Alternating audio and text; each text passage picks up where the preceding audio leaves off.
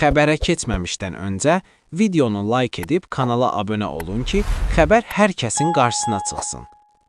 İsmayıllı şəhəri Heybə Zərdali küçəsi 13 ünvanında fəaliyyət göstərən fiziki şəxs Adil Əlioğlu Qaradaşlıya məxsus quş kəsimi sexində yoxlama keçirilib. Oxu Az xəbər verir ki, bu barədə Azərbaycan Qida Təhlükəsizliyi Agentliyi məlumat yayıb.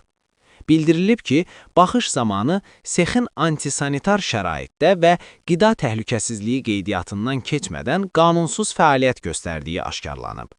Ev quşlarının kəsimi, baytarlıq tələbləri və heyvan rifahı gözlənilmədən həyata keçirilir, müvafiq təmizlik işləri aparılmır, işçi heyət tibbi müayinəyə cəlb olunmayıb və xüsusi geyimdən istifadə etmir, istifadə olunan alət və avadanlıqların təmizliyinə nəzarət olunmur və digər sanitar-gigiyenik tələblər pozulub. Faktla bağlı obyektin fəaliyyəti məhdudlaşdırılıb, rəhbəri barəsində inzibati tədbir görülüb. Nümunələr götürülərək laborator müayinələrə cəlb olunub.